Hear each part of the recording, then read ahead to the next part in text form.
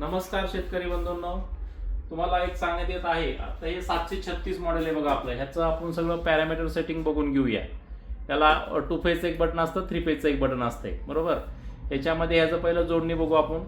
3 phase ह्याला 3 फेजमधून supply देणे, हे 3 फेज स्टार्टरला देणे. त्यानंतर S1 S2 म्हणजे ऑन बटनला 2 वायर आहेत आणि NV कॉईल आहे, NV कॉईल सिरीज कॉईलसाठी येते. त्यानंतर टचिंगचा एक कॅपॅसिटर, रनिंगचा एक कॅपॅसिटर. ठीक आहे. ह्याच्यामध्ये आपण फर्स्ट बघूया. त्याच्यामध्ये पॅरामीटर सेटिंग कसं लावायचं आपल्याला. 2 फेजला ज्यावेळेस असेल त्यावेळेस 2 फेजचं लावता येतं, 3 फेजचं असेल तर 3 फेजचं लावता येईल. दोन्ही सेटिंग याच्यामध्ये लावता येतं. ह्याच्यामध्ये ड्राय रन येतं आहे, ओव्हरलोड येतं आहे, low voltage, high voltage, power on timer सर्व काही लावता येईल. प्लस ड्राय रन नको असेल तर बायपास करता येतो. त्यानंतर लो व्होल्टेज नको असेल तर बायपास करता येतो, लो व्होल्टेज ऑन बी करता येतं. तर सुरुवात सेटचं बटन दाबून धरणे, सेट येतं, सोडा. त्यानंतर याच्याने ऑटो जो बटन आहे 3 फेजचं त्याच्याने अप होते, म्हणजे पुढं जातं. हे 3 फेज ओव्हरलोड. 3 फेजचं ओव्हरलोड कसं सेट करायचं, जे काय आहे आता 16.9 समजा एक ओव्हरलोड आहे. सपोज आपल्याला एक 11 एम्पियर ठेवायचं तर ठेवू शकता. 2 फेजच्या बटन चालू केलं की ते डाऊन होतं आणि अप म्हणजे वरती अप म्हणजे पुढं जातं आहे ना. म्हणजे 3 फेजच्या बटनाने अप आहे, 2 फेजच्या बटनाने डाऊन आहे. तिथं आपण 12 म्हणजे 12 ठेवायचं ओव्हरलोड. म्हणजे जी आपली मोटर करंट घेते ना त्याच्या 50% ओव्हरलोड असते. जर आपल्याला 40% 30% करायचं असेल तर करू शकता. असं सपोज 12 एम्पियर झालं, ओके केलं, पुढे ॲक्सेप्ट. हे 2 फेज ड्राय रन आलं. 2 फेज ड्राय रन काय ऑटोमॅटिक 70% असते. ते आहे ओके. तिथं काय करायची गरज नसेल तर करायचं नाही, करायचं तर करू शकता. हे 2 फेज ओव्हरलोड अवश्य सेट करा. ओव्हरलोड अगर 9 घेत असेल, मोटर घेत होती करंट 5 एम्पियर असल्यामुळे 9 घेता येते. मग जे काय पाहिजे असेल त्याप्रमाणे 50% 40%. सपोज ह्याला एक 6 आपण ठेवू शकतो. ते मायनस होतं आणि कमी होत चाललंय. म्हणजे जे काय सेटेबल आहे तुम्ही जे पाहिजे असेल ते ठेवू शकता.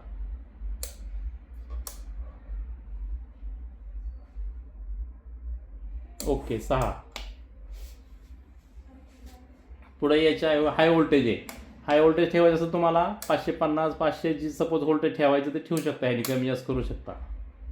समजा आपल्याला व्होल्टेजवर 450 ठेवायचं असेल 450 ठेवा इथं.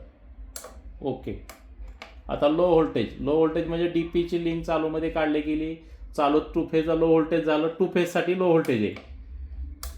इथं आपण 300 प्लस करू शकतो, 310 320 नाही का. 320च्या पुढंच ते चालणार, त्याच्या आतमध्ये ते खाली चालणार नाही.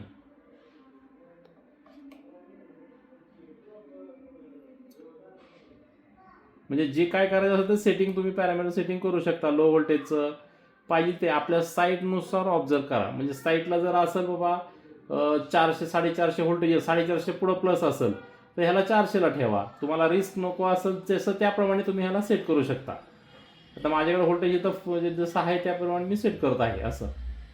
तर तुम्ही ते ऑब्झर्व करून ते सेट करू शकता. ते 400ला सेट करेल. एक्सेप्ट. हे पॉवर ऑन टायमर म्हणजे चालू तुम्हाला किती मिनिटांनी करायचं आहे.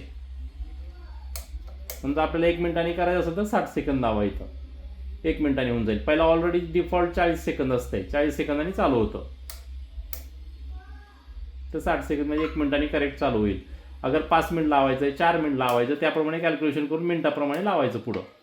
Accept. ESDT star delta timer आहे. म्हणजे ज्यावेळेस आपण स्टार आणि डेल्टाचं टायमर आहे ते 9 सेकंद आहे. इथं बी तुम्हाला वाढायचं असेल, कमी करायचं असेल, वाढवायचं असेल तर वाढवू शकता.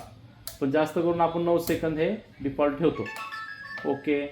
त्यानंतर टच टायमिंग. ह्याचं टायमिंग अगर तुम्हाला 3 HP आहे, 5 HP आहे, 7.5 HP कुठली आहे त्याप्रमाणे टचिंगचं कॉन्टॅक्टरचं टायमिंग तुम्हाला ठेवायला शकता. 5 सेकंद ठेवायचं आहे, डिफॉल्ट 11 येतं.